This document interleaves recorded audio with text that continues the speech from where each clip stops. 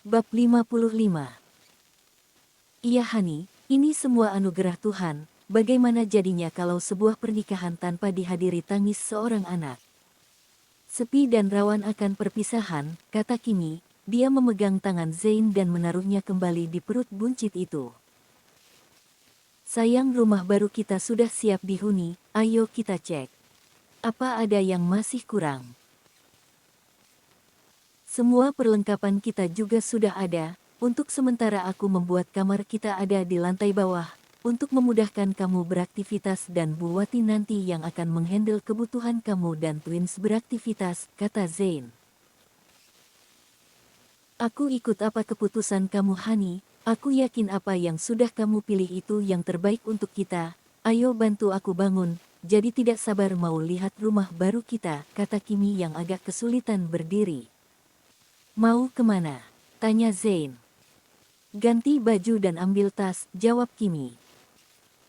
Kamu di sini saja biar suamimu ini yang mengambilkan tas serta pakaian kamu, oke? Kata Zain sambil berjalan menuju ke kamar mereka. Romantis dan baik banget suamiku ini top deh, kata Kimi dengan mengangkat dua jempol jari tangannya. Terima kasih ya Allah kau berikan aku hidup yang sempurna ini, kau kirimkan aku suami yang perhatian dan setia. Dan terima kasih pula kau tunjukkan yang tidak baik untukku, sehingga aku bisa mendapat pengalaman yang berharga. Kimi mengucapkan syukur pada Tuhan yang sudah memberi kehidupan yang begitu sempurna. Setelah membantu Kimi mereka berangkat ke rumah baru Zain dan Kimi. Ini sih bukan rumah namanya tapi mansion. Kimi sangat menikmati suasana rumah baru mereka, tidak berada di tengah kota, asri dan nyaman. Bagus banget Hani, aku suka. Adem dan nyaman, kata Kimi dengan mata berbinar. Mereka berkeliling rumah tersebut. Ternyata di sana sudah ada Mami, Papi, Mama Anissa dan juga Papa Mark. Mereka menyambut pasangan bahagia itu. Surprise, ucap Mami dan Mama Anissa serempak. Ibu dan mertua itu sangat kompak. Apalagi kalau soal shopping, mereka bisa menghabiskan waktu berjam-jam lamanya walau hanya membeli beberapa barang. Hari berlalu begitu cepat, ada saja kelakuan absurd Kimi dan twins dalam mengerjai Zain serta Alex. Kehamilan Kimi sudah masuk ke bulan ke-7. Makin aneh saja tingkah calon ibu muda ini. Dia tidak akan tidur sebelum Zain mengelus perut Kimi dan mengelus dahinya. Seperti seekor kucing yang bermanja pada pemiliknya. Twins juga semakin aktif, perkembangannya semakin bagus. Kimi juga tidak pernah putus membacakan ayat-ayat suci Al-Quran pada twins, terutama surah Yusuf dan Maryam. Seperti malam itu, setelah semua aktivitas selesai Zain mengelus perut besar itu dengan lembut sambil mengajak bicara pada twins. Halo jagoan dan bidadari papa, Zain mengecup perut besar dengan lembut. Tampak perut Kimi bergerak seperti gelombang, terkadang menonjol ke depan seperti sedang menendangnya. Mereka bergerak, lihat gerakannya begitu nyata, Zain mengikuti gerakan anaknya, mengelusnya perlahan supaya mereka tenang. Oh, Hani, tendangannya kuat sekali Kimi meringis geli sampai agak sakit, tapi setelah dielus-elus, mereka jadi tenang dan diam. Sayang sekarang sudah malam, kalian bobo ya, kasihan mama capek sudah menggendong kalian seharian, biarkan dia istirahat, papa dan mama akan selalu menunggu waktu itu tiba saat kalian keluar menyongsong dunia ini dengan suara merdu kalian, ucap Zain tepat di atas perut Kimi. Setelah sekiranya twins tenang, Zain menutup pakaian Kimi dan sekarang berpindah mengelus-elus dahi Kimi hingga dia tidur. Baru setelah itu dia menyusul mereka ke alam mimpi. Sudah seperti seorang ibu, yang menidurkan anaknya saja, gumam Zain. Zain yang dulu kaku dingin, tidak tersentuh, sekarang menjadi pribadi yang ramah dan baik hati, tapi dia juga tegas dalam berbisnis dan mengambil keputusan. Semua rekan bisnisnya sangat menyegani pengusaha muda tersebut. Hari berganti dengan begitu cepat, tak terasa usia kandungan Kimi menginjak bulan ke-9. Perutnya sudah sangat besar, bahkan Kimi kesulitan untuk berjalan. Malam ini dia tidak dapat tidur. Setiap 30 menit dia akan ke kamar mandi untuk buang air kecil, pinggangnya sakit, serta perut bagian bawahnya terasa kaku. Sementara Zain tidur terlelap, calon papa itu ketiduran saat Kimi mulai tertidur. Tapi ternyata jam 2 Kimi bangun sampai sekarang tidak bisa tidur. Terkadang rasa sakit datang, dan tiba-tiba pergi, tapi tak berselang lama, datang lagi. Jam 4 Kimi terpaksa membangunkan Zain. "Hani, bangun, sakit Hani," rintih Kimi. Zain seketika terbangun mendengar rintihan Kimi. "Sayang kenapa?" cemas Zain.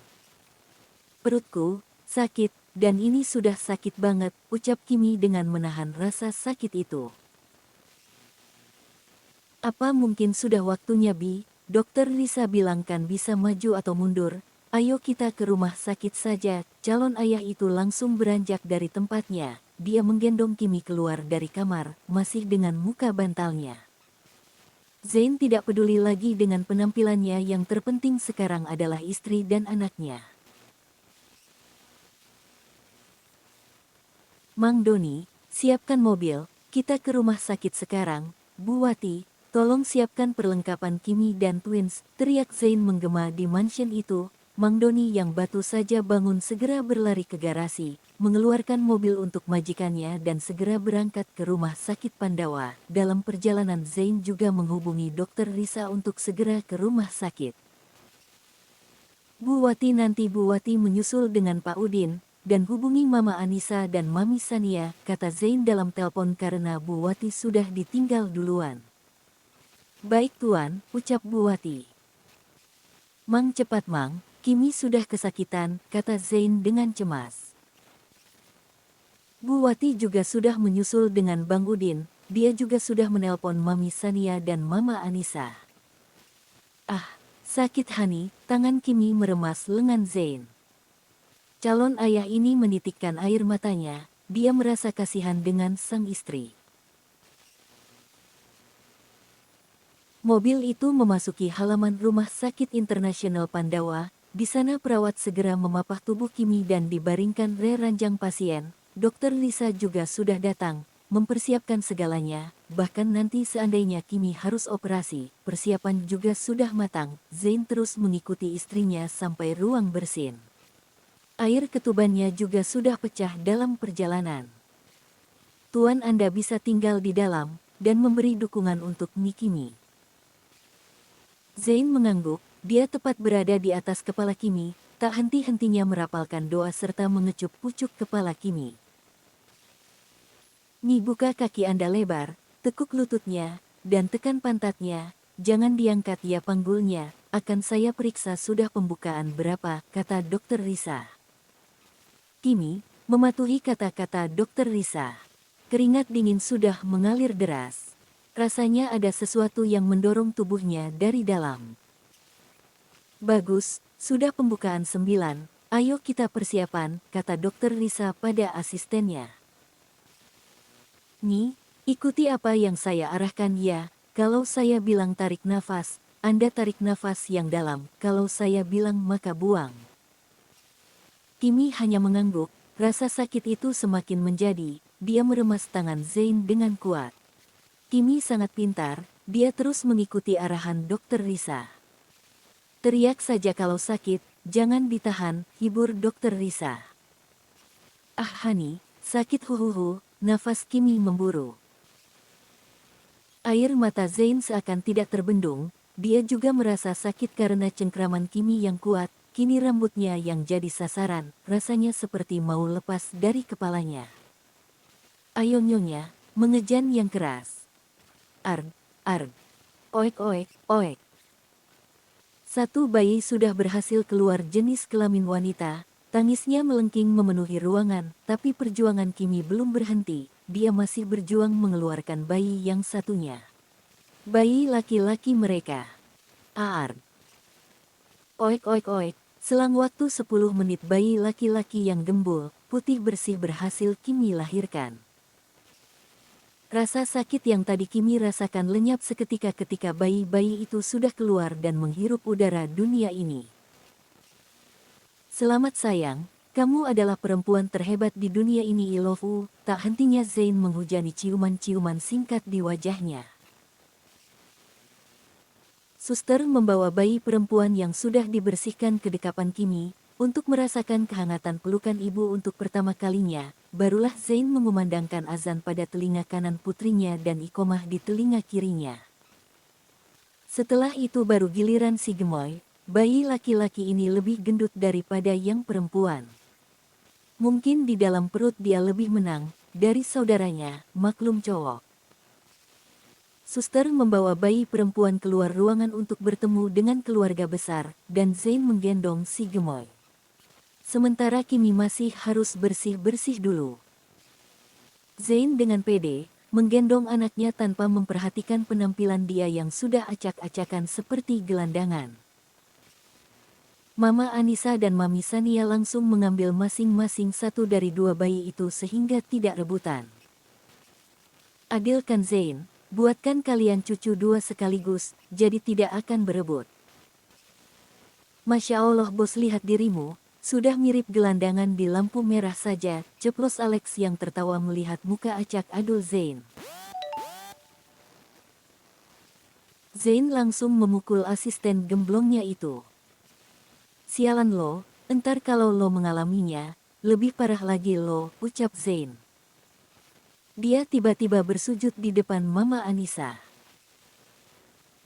Maafkan Zain, kalau selama ini Zain sering menyakiti hati Mama, Zain yang pembangkang, dan selalu membuat Mama pusing.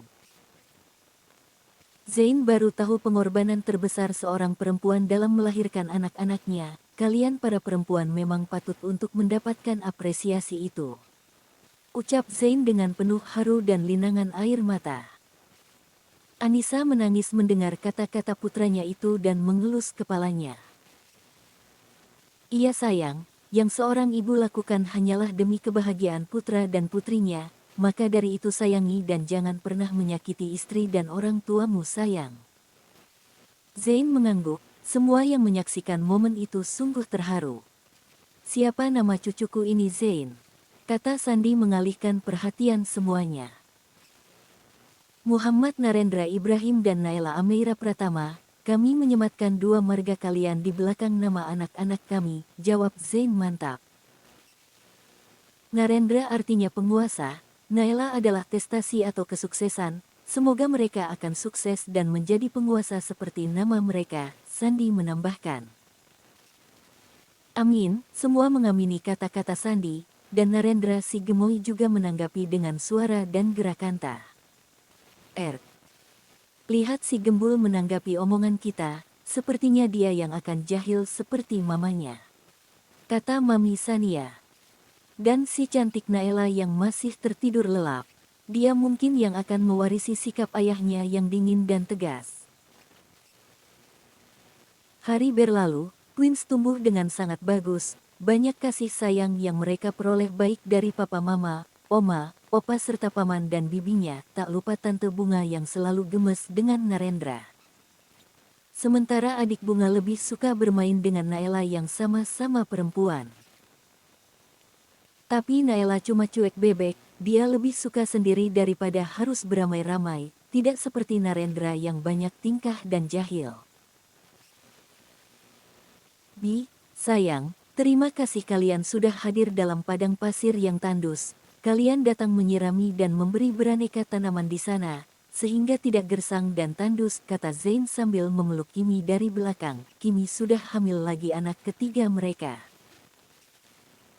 Sama-sama Hani, kau adalah suami idaman Kimi, selalu membimbing dan menjadi imam yang baik untuk Kimi. Kamu adalah ayah yang bertanggung jawab.